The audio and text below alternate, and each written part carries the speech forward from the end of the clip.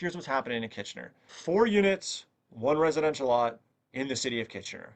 Hell yeah, daddy-o. So I can just build a duplex in your backyard. So if you're an investor and you own a single family home or you own a duplex or a triplex, you could go buy a duplex right now for anywhere from 7 to 900K, let's say. Or you could take your existing duplex and go build a detached duplex for like half that. So I can just build the 1% rule in my backyard. I can't go out acquire the 1% rule anywhere. So it just opens up a lot of doors.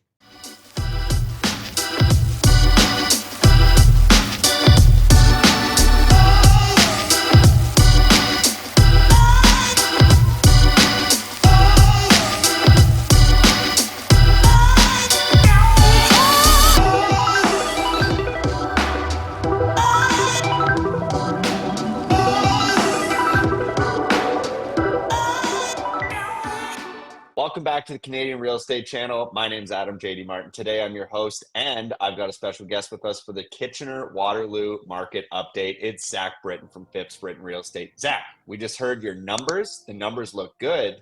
Prices are up. Median and average prices up quite a bit. Inventory is down. What else is going on in Waterloo? Man, March was a big month, big jump up. We've talked about this off camera, but even on the videos before, it's just like how insane some of these monthly jumps are in some markets. Like we saw almost a 5% jump in average price point or our median sale price in a month. Like man, that's such a big move in a month. We're going to get to the data. I got some Zach notes on the data for the month of March, as well as heading into April, kind of what people should be expecting if they kind of want to do any sort of business in Waterloo region for the spring. But the juicy nuggets. I got a in-person event here in Kitchener. We're going to promo here in a bit. I also have a breakdown of 4 units on one lot here in Kitchener. Kick rocks forward. You guys want 4 units on one residential lot? Come on down to Kitchener. And City of Kitchener is doing a growing together plan that is completely changing, developing and investing around the specific areas in Kitchener that we're going to highlight. I'm going to go through their release as well as some keynotes that we thought were really valuable and interesting, not just for you investors out there, but if you guys are homeowners, residents, or potentially want to invest in a market, um, this is kind of super important for you. So we'll dive into that at the end. I think that stuff's super interesting for me personally and as an investor and somebody that wants to develop and build. So let's jump into it.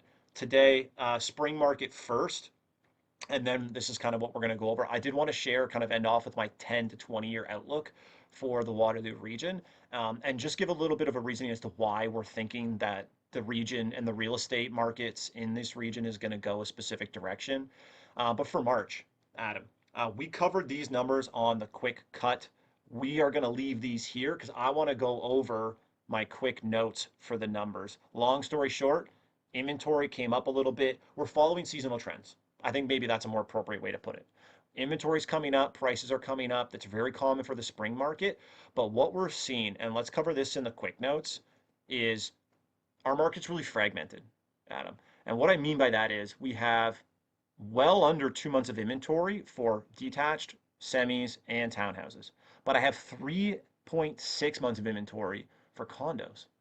So condos aren't selling and new ones are coming to market and inventory stacking.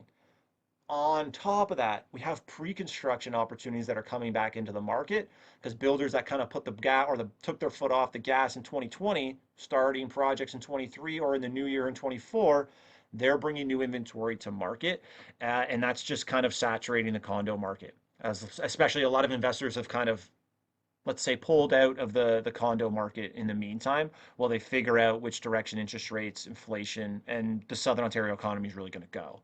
And then next up, realistic inventory. I thought you'd like this, guys. Realistic inventory. So you got inventory, that's everything. And then you got realistic inventory, and that's like the, hey, these people don't have their head up there, you know what. And so what I mean by that is we're seeing a lot of variance in pricing, listing, and marketing strategies for listings in Waterloo region. And you'll see things like, I don't know, a listing that's at 850. And they haven't sold for a couple weeks or a month or so, and then they'll price drop to 800. Okay, so you go see the property, and you're like, oh yeah, this is a pretty good fit. I can see value close to that 800 mark. And you throw in an offer, and then all of a sudden they come back to you and say, hey, yeah, we were expecting 870 for this property, and you just think, well, if your price dropped from 850 to 800, Adam, and then you're still expecting 870 and you've been on the market a couple of months, like there's kind of a disconnect, whether that's a disconnect between the client and the agent or the expectations and the reality of the market or something else in between. We're also seeing a lot of listings that are listing low for multiple offers, not quite getting the price points they want or canceling their listings and relisting. Um, so you're getting a lot of variance between market segments, locations, and types of properties. But what I will tell Yeah. you, is, Adam, is this: is if the property shows really well, or if it's in a super, unique or rare location, or if it is priced properly, it's selling. Plain and simple. The tried, tested, and true methods of price it right, shows really well, market it properly, those properties are selling. But I think where the disconnect comes from is you know, expectations for what is happening in the market from sellers and maybe agents or people in the business that aren't, as necessarily in tune or as experienced maybe. Um, that's where we're seeing a big disconnect, and that's causing people to do weird strategies and have weird expectations for their price points. And I'm experiencing that firsthand. I'm showing homes to clients, investors, buyers. We have listings of our own where, we have buyers asking us questions that, are kind of seem odd because they don't necessarily know which direction the market's going. But for me, we still have significantly low inventory in freehold anything, and price points have jumped up since the beginning of the year. And anything that's good is going very quickly. So that tells me is there is a strong demand for stuff that makes sense. And it's not like 3 years ago when everything was going off the shelf right away. We're not there yet, and I think some sellers are expecting that. It's just not the case. So to kind of wrap up my quick notes on what we're seeing is you lurkers, Adam. These lurkers on the sidelines, dude. They're just sitting pretty. They're waiting to get back in. I know you lurkers, you're talking to me. You're sending me messages. We're hopping on calls. We're figuring out what makes sense for you. I see you out there. But there's a lot of the market that is still on the sidelines. Right? I know you're seeing it with your people, with your own portfolio, with your business. I know a lot of the other market segments, especially the other local professionals on the Canadian real estate channel that I touch base with, they're seeing similar stuff in most of their markets. Is there's a lot of people that are just sitting pretty. That's why there's low inventory. That's why there's low volume of new listings. We have 16% less properties on the market than the 10-year average, and our city has only grown like crazy in the last 10 years. And so the reason I think there's a lot of lurkers is values have dropped significantly. And now that they're rising, some people are going to be sitting on the sidelines until they can get the price points that they want or maybe need. They want to see that market recover, right? Well, if I could sell it for 200K more 2 years ago, why would I sell it now for 200K less? I don't need to move. People just aren't as motivated. A big reason people are motivated is rates haven't come down and there's a lack of viable options. And we've talked about this too. The friction to move is only increased. It's only becoming more difficult, more time consuming, and more expensive to make a move happen because their rates are higher. There's not that many options. And the values aren't where they used to be. So there's going to be a big portion of the market that's going to stay kind of lurking in the shadows and on the sidelines for a little bit here. And they're going to start piling back into the market once demand picks back up. Or if supply stays really low, I can see a lot more people piling back in. Yeah, we covered a article on our live stream, and CMHC is essentially forecasting a 20% average increase in price across the board, which is really fascinating. And they're forecasting I that to thought that was happen kind of aggressive. over the next 2 years, which I actually my take on that was that it's probable.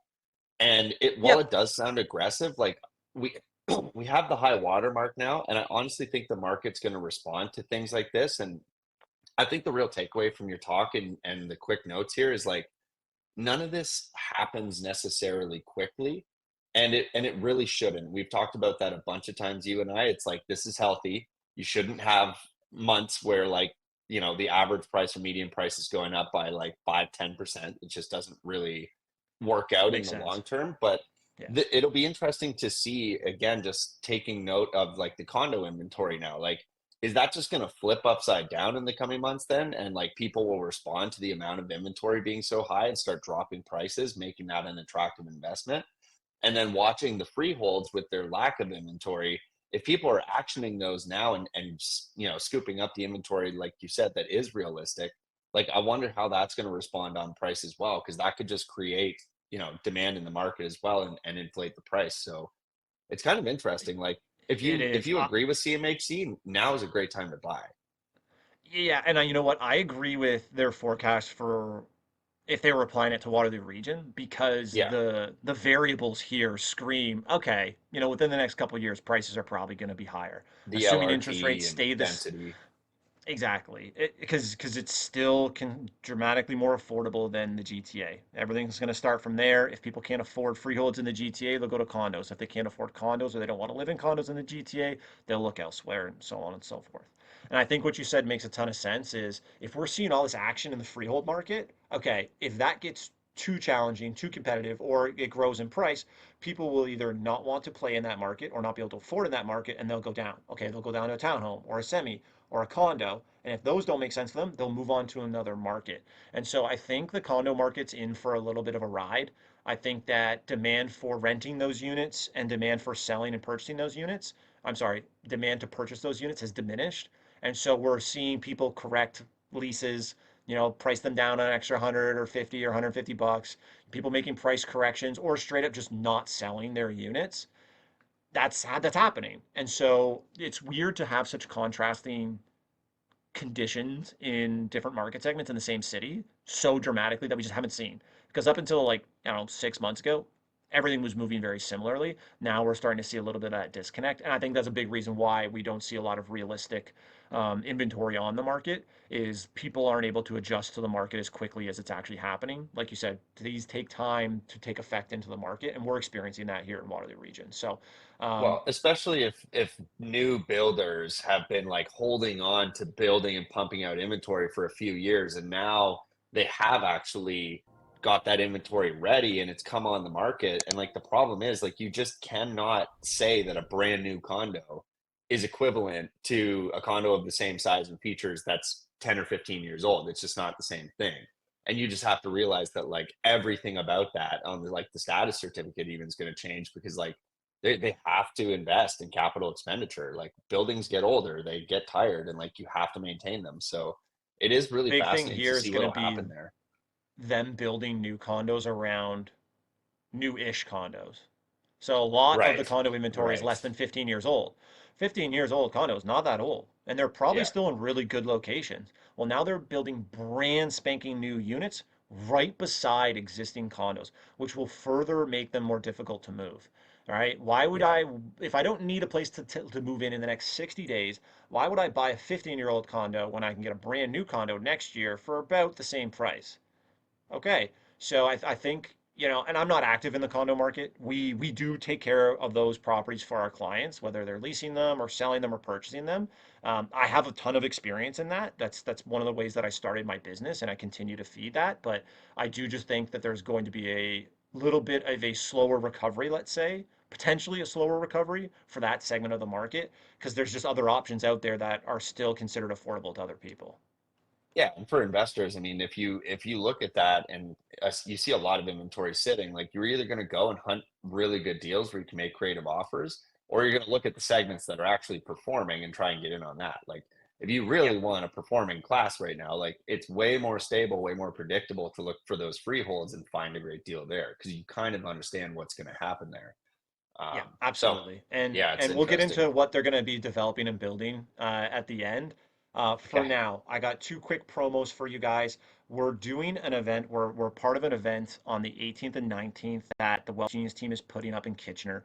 We've been to a couple of their events before. Fantastic. It's called the Cashflow Summit. Matt and I are going to be speaking on the Sunday, and I have a discount code if anybody's going to be coming down. There is a networking event for members on Sunday. I'm going to be around Friday, all day Saturday, Saturday night, all day Sunday, and Sunday night to connect with anybody that wants to come to town. We're going to be talking about everything Waterloo region. We're going to be talking about in more detail where we see in true investment development and specifically cash flow positive opportunities in Waterloo region, which have become increasingly rare, much more difficult to find. And so we want to take a deep dive with some case studies in this presentation to share with everybody, hey, here's where we actually do see real opportunity. And it's honestly an event with other investors. Lots of people come in from the GTA or other regions that are interested in learning about Waterloo region, but there's a lot of local investors and a lot of local professionals that are going to be at the event. So if you guys want to come, send me a message. I will give you the discount code so you guys don't have to pay full pop for this. I will hook you up and you get a chance to hang with me and Matt if you have specific questions or concerns. We love to connect with other individuals. So you guys can send me a message on that now. And then if you don't want to go to that, you say, I'm not an in-person event guy. No worries. Hook me up on the investor hot list. This is my weekly email. I'm bringing a little bit more exclusive inventory to the investor hot list. We have a lot of people in our network that have existing multifamily properties or investment opportunities that they're happy to connect with other buyers and we can make it happen. And if there is, God forbid, there's actually any decent inventory on market, Adam, I'm going to share it. Inventory on market is really dry right now. I'm telling you, it is very hard to find good value on the market right now because inventory for multifamily or investment opportunities is super low, super, super low. So a big thing that Matt and I are working on are building our network with other agents, other investors, and other wholesalers to make sure that we're bringing inventory to our clients because the reality is it's very difficult to find good stuff on the market right now. So we're going to start getting into other avenues. We got to find value. So we're going to change up how we're going to get that for us and for our people. So if you want to connect on the hot list, come there. If you guys want to come to the event, we'd love to get a chance to meet you guys. I'm a big event guy. I fell off events during COVID, and when we were having our baby, obviously I was a little bit busy with that. But networking events, educational seminars, great way. Maybe like sometimes somebody says a comment, or they give me a line, or they give me an idea or way to think about something. They're just like, ah, shit, and then you just start thinking. But better yet, just meeting other people that are in your space. Like so valuable just to see how other people do their business, how they look at deals. Like learning never stops. As corny as it is, Adam, like is so true. Sometimes I go to an event, I'm like, oh man, I didn't really get much out of that, but I meet somebody that I'm like, oh crap, they're running a 1,000 unit property management business. Maybe I should ask them how they deal with these types of problems or these systems with their property. Like just a really good opportunity to get with like-minded individuals. And we're going to get into some of the stuff that we're going to cover in detail right now. But before that, so I had to highlight these comments. I had Let's to highlight these go. comments. So my boy Corey Schneider, what's up, Corey? I'm not vegan, but you have to try the vegan specialty shops in Toronto. Not sure if you made that. I have had them, but like I just have to establish something really clear. This is not a shot at vegans, but I am telling you right now, the best vegan donut will never be better than the best non-vegan donut. That is just a fact. Science has probably proven this to be true, but I am proving it to be true right now with this statement. There's no shot a vegan donut will beat a normal donut, but I have had good vegan donuts. That's all I'll say. That's all I'll say. I And love then it. I love it.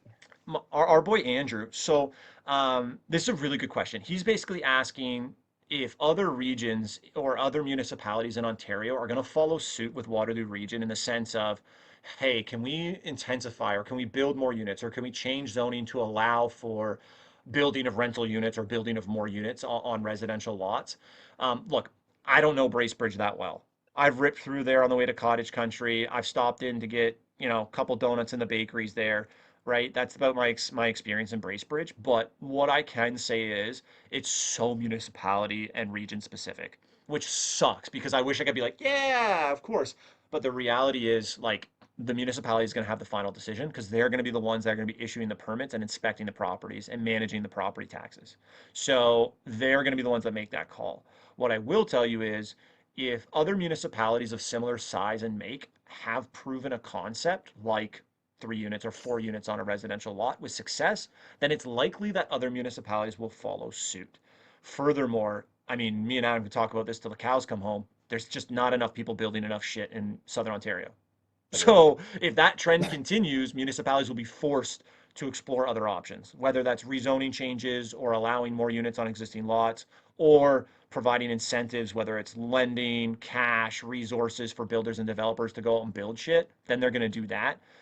Specifically for Bracebridge, obviously, I don't have the answers for that, but I would assume that most of Southern Ontario, if the regions are growing and there is a demand there, they're going to have to start opening up some sort of doors for people to actually build stuff or they're going to run into worse affordability problems, housing crisis, homelessness, and all these other problems that they're going to end up have to picking up the tab for. So I would assume most municipalities be willing to build stuff before they start paying for all the mistakes. But I'm not a politician. What do I know? Yeah, no, that completely adds up. right? Like there just isn't enough things being built. So any change in that will create benefits for like literally society. I'm a simple guy, Adam.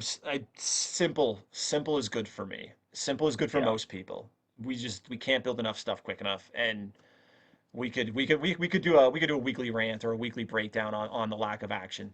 But on that note, maybe this should be the inspiration for the viewers, for the listeners, Adam. Take action, because here's what's happening in Kitchener. 4 units, one residential lot in the city of Kitchener. Hell yeah, daddy-o. Bring it on. So, they have redefined what single family and multifamily is. Okay? So, multifamily is over 4 units. Tech in their kind of new definitions, right? So here's the scenarios you can do. I can do a single family or a duplex or a triplex and build an attached or a detached ADU for up to 4 units on one residential lot. That means I don't need to do a zoning change as long as it complies with their requirements and they have all that posted. For the purpose of this video, I can't go through all of them or even the major ones. It's just too much detail. But I could take a triplex and build an ADU. I could take a duplex and build an ADU that has 2 units, right? So that means I can do an attached or a detached ADU. And what we're looking at and what we already have plans for is a detached ADU that has a basement. And so we're building one for a client in June, I believe. We're starting that one. And that is for single family purpose. That's owner occupier. But what you can do is I can do a 2 bedroom unit on the main floor and a one or a one plus den unit on the lower level. So I can just build a duplex in your backyard. So if you're an investor and you own a single family home or you own a duplex or a triplex, I would just, if I have so duplexes of mine or for our clients, we're saying, hey, you could go buy a duplex right now for anywhere from 7 to 900K, let's say, or you could take your existing duplex and go build a detached duplex for like half that. Yeah. So I'm thinking, okay, if I can't go get a good deal in the market now, but I can go double my cash flow for half the price to just build on my existing unit. Okay, great. What else we like is if investors have held property for even 3, 4, 5 years, you probably have some equity in there. You could use the equity to go build the ADU and then refinance it with an A lender and take all your money back that it cost you to go build the ADU. Woo! I like that. So what we're seeing is ADUs can have up to 2 units, whether it's attached or detached, whether it's addition off the back or it's a totally detached structure. This, I think, is a huge win, more so for investors, because investors will look to maximize the number of units on the space. But I also think that it'll dramatically reduce the cost and increase the options for investors and for multi-generational families, owner occupiers. You just have more options right now, Adam. So, we have a handful of ADUs already lined up to build this year. We built one on our own property last year that we highlighted. We did an event on, and the numbers are great. Like if I can go add a nice 2 bedroom unit for 200 to 300K, or I can add 2 new units for around 400K, guys, I can't build or acquire a single unit for 400 grand, but I can go build 2 units in my rear yard for that. I can't even buy a brand new condo for 400 grand. And I can rent out 2 units, a 2 bedroom and a 1 bedroom. I should be getting, 4 grand for that minimum. So I can just build the 1% rule in my backyard. I can't go out acquire the 1% rule anywhere. So it just opens up a lot of doors, plain and simple. That's a fantastic way of putting that, right? Like you literally can't buy that anywhere, but you can build it in the backyard. One Yes. question I do have for you, because I know it's going to show up in the comments, and I'm actually kind of shocked it hasn't already because we have made some content about ADUs, but how are you guys financing these builds? That's a really good question. So if clients can't afford or they don't want to shell out the cash, no problem. We can do home equity line of credit. You can do a refinance. We have A lenders lined up that have executed those deals for us personally and have also done a clean exit into a refinance of the whole project. We Right. also have private lenders. We also have in-house financing. So the company that we partnered with, King Street Construction, to build ours, and that are lined up to build some clients, we offer in-house financing. So if there is a opportunity for a clean exit in the sense of, hey, I don't have all of the 400 grand to go build this massive project in my rear yard, or you can do a single unit for less than 200K. So, and that's don't get me wrong, that is $200,000 is a ton of money, but in the sense of adding an additional unit is very affordable for the other options and the income it'll provide. But we offer in-house financing, so no That's problem. We'll fantastic. finance, yeah, we'll finance the build. We got in-house financing. They'll finance the build for you, and then we can give you one of our A lenders to refinance the whole project out of it. So if you finance a build of anything, it'll cost you a little bit more money, but it's no cash out of your pocket, and you can just put a new loan on the whole property and have the income from your ADU pay for your new loan. Insane way to dramatically increase your cash flow and also dramatically increase the value of the property. Um, you know, duplexes with a single family ADU, they're getting appraised at 1.2 million because they're essentially a brand new triplex and they generate enough income to justify the 1.2 million, you know, ARV refinance value. But really good question. And if people have comments about the cost, what they rent out for, we have posted information on previous videos. I share a lot of this on my personal Instagram or send Adam or I a DM on Instagram. We're both very active there. I got lots of questions, and our team's ready to hop on a quick qualifying call. You can do a lot of it over the phone. You don't necessarily need to do a site visit. Most of the information you need to make a decision on that can be done on the phone and online. So if people have properties that they're curious about or just want to get a general idea of build cost, send me a message. We're doing a lot of work in that space. There's a ton of opportunity for people that are buying property in today's conditions or have existing property they've held on to for some time. Your overall costs are just way better. The returns are very attractive in my opinion. That's fantastic, man. Thank you so much for letting us in on that. In-house financing, baby. That's Alrighty, now awesome. the big news. The big news. Growing together. They have to come up with better names for their stuff. I don't know who the PR or the marketing department is, but goddamn, growing together is lame as hell. But I will work with it. So, growing together, City of Kitchener, 100,000 new homes, 20,000 of them are missing middle, and then 4,500 of them are affordable. Now, the big thing that I want people to take away from this is inclusionary zones, MTSA, major transit station areas. Acronyms, real estate, I don't get it. They love it. I hate it. That's the last time I'm going to go in on that. MTSAs. Quote, this is taken directly from the website. If you guys are curious about this, you're watching this, you want to do your own research, go nuts. I encourage it. Just Google Growing Together City of Kitchener. It's got everything. The Waterloo region is expected to grow primarily along an ion transit corridor. Literally almost a year exactly to the day, I made a video on this with my original treasure map that highlighted this. Look, I'm not saying this is because of me. I'm not saying I'm the only one that saw this coming. The writing has been on the wall, and I cannot hammer home this enough, Adam, is the city of Kitchener and the entire region of Waterloo is setting up infrastructure for transportation, and then they're going to allow more developing and building around that. Build the things that people need to get from point A to point B, and then build the stuff around where people travel because traffic is going to increase value and increase convenience and increase standard of living. So here's what we're going to do. Major transit station areas, MTSAs. I freaking nailed that. Number one, full range of building types, including missing middle forms. Here's the changes that they're doing, and then I'll tell you where exactly they are. There is no density maximums, no parking minimums, requirements for a minimum amount of affordable housing units through these inclusionary zones, which is around the MTSAs, the major transit station areas. 1 to 5% of the units that you build need to be considered affordable. And then there's a full mix of uses, flexible build form regulations, including zone without height limits. Saying that again for you crazy people in the back that are just cooking dinner and barely listening to me, listen up to this. Zone without height limits. No parking requirements. Guys, this is the city being like, holy hell, we need shit right now, and we need it by where all the people are going to be commuting. Please come build some stuff. Please come build some stuff. So, here's what we're going to do. This, you guys, it's tough to see. You're not going to be able to zoom in on it. Go to the Growing Together or send me a DM and take a look at this map. If you're within 500 to 800 meters as the crow flies of an ion rail stop, I need you to send me a message right now. I also need you guys to hit me up if you're interested in investing in these specific areas or the types of deals that are going to be considered infill and redevelopment projects in these areas, because this is going to get crazy quickly.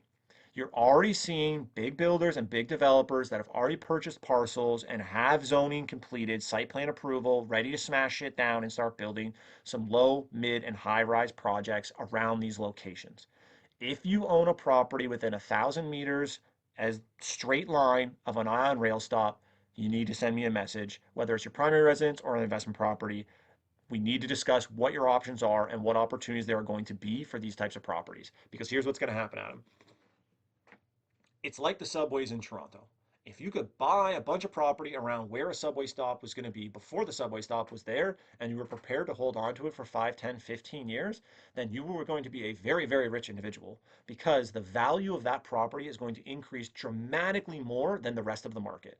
And it's a premium location, so you may be able to get a premium price for it if you can sell it for its highest and best use.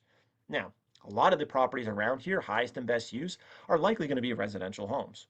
A vast majority of them, though, are going to be for purpose-built rental units, or can be reconfigured from single-family homes into these 4 units, or even more units, because density, parking, zoning, and height requirements out the window. So I cannot be any more clear on this. These are the zones. The green are the zones that are already completed, and then the red, brown ones are the ones going out towards Cambridge that are going to be included in this. Now, to be clear, the city of Kitchener, not the city of Waterloo, not the township of Woolwich, not the city of Cambridge, we're talking about here, has already said, yeah, we're freaking ready to go. So what we're doing right now is any meeting we're checking in on. Any chance we have to go talk with the city of Kitchener or propose a potential plan with the city of Kitchener or have a legitimate property that we can build on or invest in, we're bringing that to them saying, hey, what do you think about this idea? What are going to be the parking requirements if we do it this way? What about if we reconfigure the layout or we change the height or we get it rezoned? So what we're doing is we're fishing to see what the city of Kitchener's planning department's appetite is for different options in these inclusionary zones.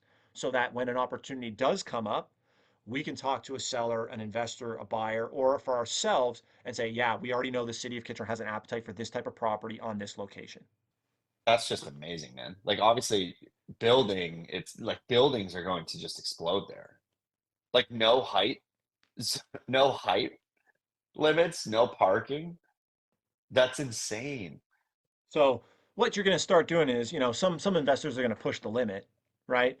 Right, I get it, right? The more units you can get in, the more profitable you're probably going to be. But same breath, I just want to caution people with you still want to build something that people are going to use and enjoy.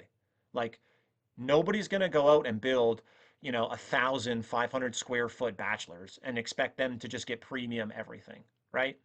You also have to follow the rules. Like you still have to make safe, clean units. You still have to be able to finance them. You still have to be able to rent or sell them too.